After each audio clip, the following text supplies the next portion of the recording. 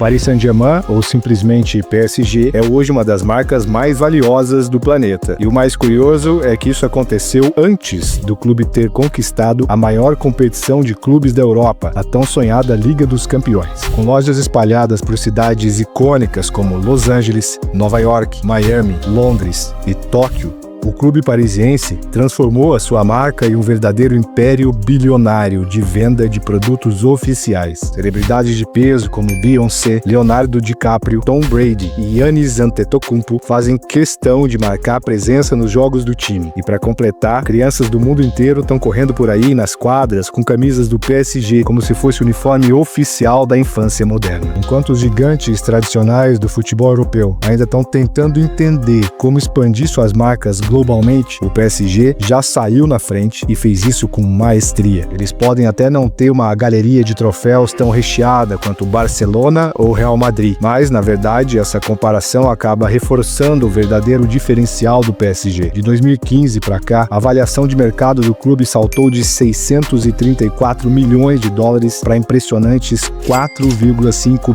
bilhões. E lembrando, valores de antes de finalmente levantarem a Champions League numa final épica contra a Inter de Milão. Mas vamos deixar uma coisa bem clara: esse crescimento astronômico do PSG não aconteceu por acaso. Desde que o clube de investidores assumiu o comando do clube em 2011, houve uma construção minuciosa, quase cirúrgica, da imagem da marca. Eles perceberam, muito antes dos outros, que o público que não acompanha futebol também era um mercado gigantesco a ser explorado. Foi aí que nasceu um manual de marketing, que hoje serve de referência para clubes do mundo todo. Independente do que acontece dentro de campo, o modelo de negócios do PSG garante que os cofres do clube estejam sempre cheios. Não é à toa que, logo no início do vídeo, eu me referi ao PSG como uma das marcas mais valiosas do mundo, e não apenas como um dos clubes mais valiosos. Sim, isso foi totalmente intencional. E aqui vai aquele pedido clássico: se você curte esse tipo de conteúdo sobre negócios e futebol, já deixa o like agora e se inscreve no canal. Isso ajuda muito a manter o projeto vivo e a gente continuar trazendo vídeos como esse. Voltando ao tema, o PSG não quer ser visto só como um time de futebol. Eles querem ser uma verdadeira instituição global. Imagina uma mistura entre os Los Angeles Lakers e a Louis Vuitton. É mais ou menos por aí que eles querem se posicionar. Pode parecer ousado, mas a estratégia começou a ser desenhada justamente numa época em que o clube mal tinha um título relevante da Ligue 1 nos últimos 20 anos, muito menos uma Champions League. É importante lembrar que, apesar de já ser o clube mais vitorioso da França, para a maioria das pessoas fora da Europa, o PSG era praticamente desconhecido anos atrás. Mas corta para os dias de hoje e o cenário é completamente diferente. Atualmente, o PSG tem mais seguidores nas redes sociais do que quase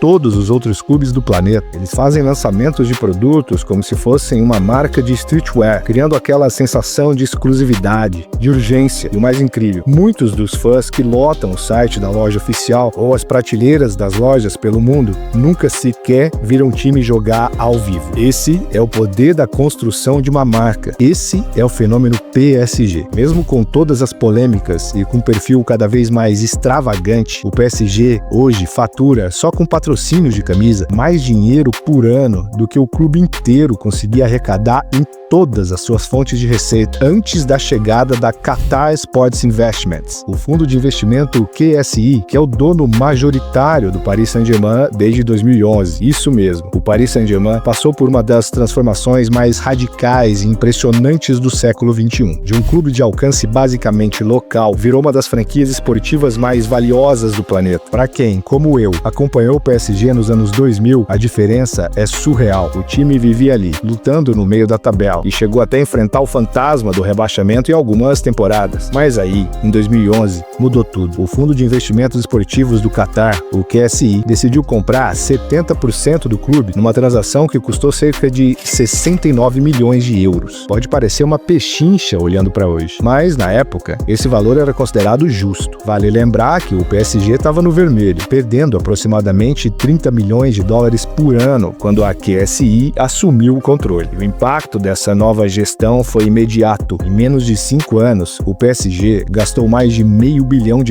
só em contratações de estrelas mundiais. Nomes como David Beckham, Neymar, Messi e Kylian Mbappé, só para citar alguns, vestiram a camisa do clube. Além disso, a diretoria investiu pesado em treinadores de alto nível e nas estruturas internas, como centros de treinamento e infraestrutura geral do time. O resultado? 7 títulos da Ligue 1 em 8 temporadas. Com alguns dos jogadores mais midiáticos e comercializáveis do mundo vestindo sua camisa, era natural que a receita com patrocínios explodisse. A parceria com a Nike e com a Emirates, por exemplo, simplesmente triplicou de valor. Aquele PSG, que era considerado um ninguém no cenário europeu, passou a faturar cerca de $600 milhões por temporada. Pois é, um dos clubes que mais arrecadam em toda a Europa. E aí veio um momento de sorte que acabou virando um divisor de águas: a chegada de Neymar, justo na época em que os contratos de patrocínio com a Nike e a Emirates estavam prestes a ser renegociados. O timing foi perfeito, mas quem realmente mudou o jogo de forma inesperada foi Michael Jordan. Em 2018,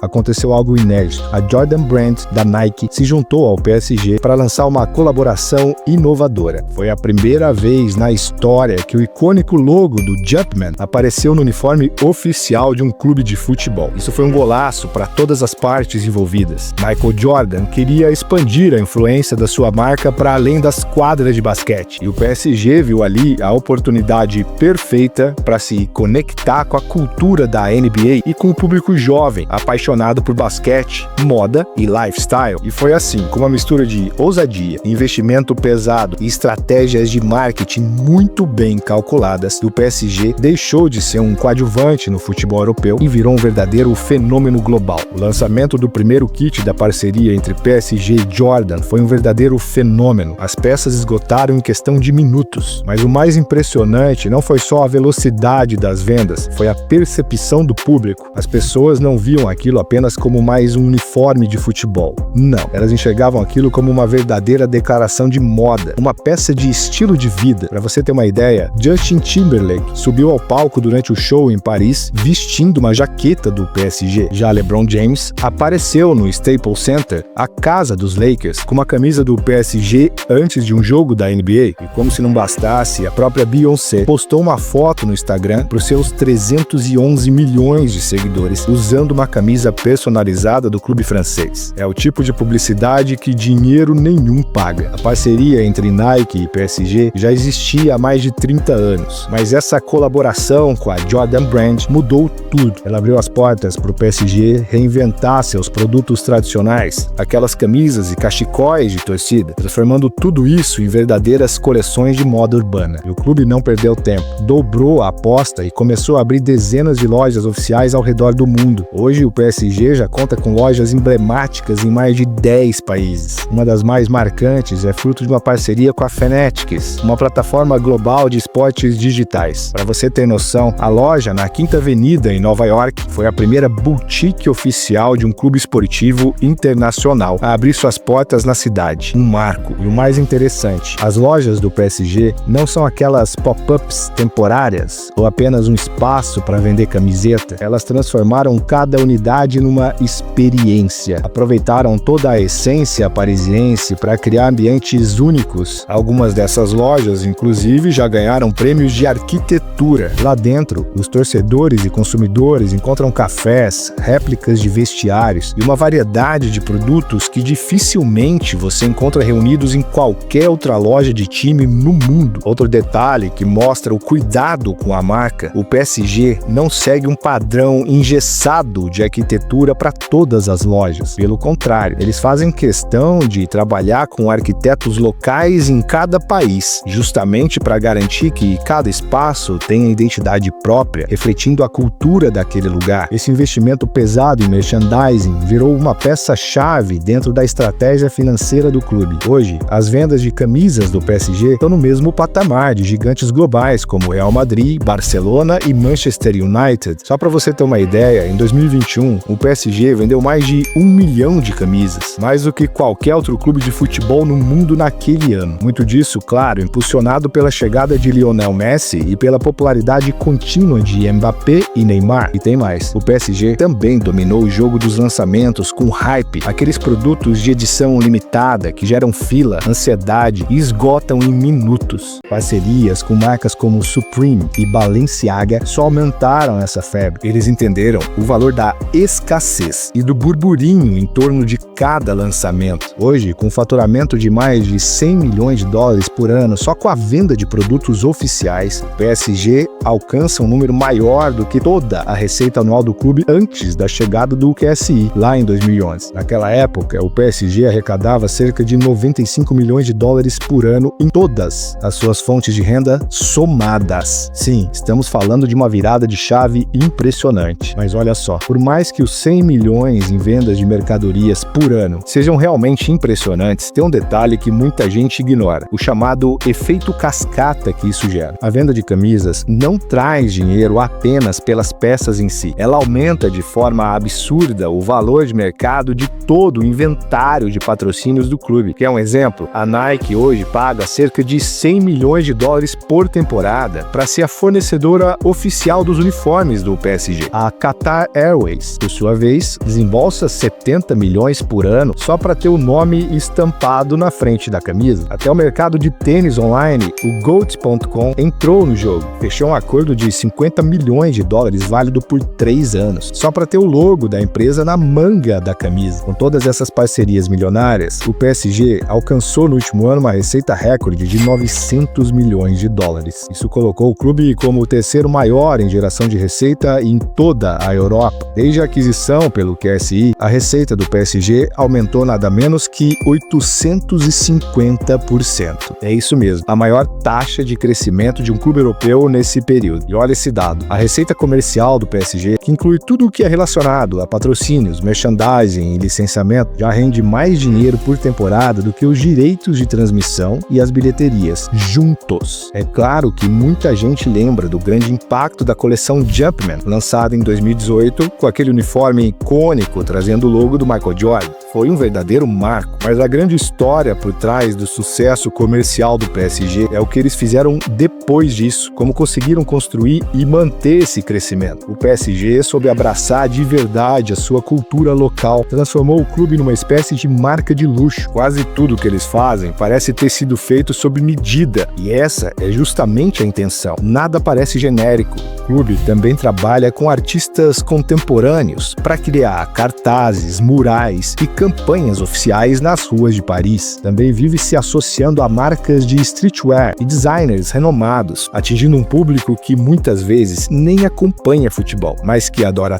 tudo o que é tendência, moda e cultura urbana. E não para por aí. O PSG também sabe usar muito bem o carisma dos seus jogadores. Eles enviam as estrelas do elenco para desfiles de moda, eventos culturais e, claro, para campanhas globais. Um exemplo divertido foi quando o clube organizou mensagens de Ano Novo com jogadores falando em mandarim no Weibo, a maior rede social da China. Imagina só, o Neymar, com aquele jeito dele, desejando Feliz Ano Novo chinês direto para os fãs na Ásia. Zuni Xinyan Huaile, ou desejo a você um feliz ano novo. Foi com essa frase simples, mas estratégica, que o PSG aproveitou a fama dos seus jogadores e reforçou sua conexão global com os fãs. Pequenos gestos como esse fazem parte de uma estratégia muito maior. Uma estratégia que transformou o Paris Saint-Germain numa das marcas esportivas mais poderosas do mundo. Os números impressionam. Os acordos de venda de camisas e de patrocínios já são, por si só, gigantescos. Mas tem um fator que muita gente esquece quando fala do sucesso comercial do PSG: o papel decisivo das redes sociais. Em 2011, o PSG tinha cerca de 500 mil seguidores online. Hoje, esse número já ultrapassou a marca de 200 milhões. É isso mesmo. O clube francês se tornou o quarto time de futebol mais seguido nas redes sociais de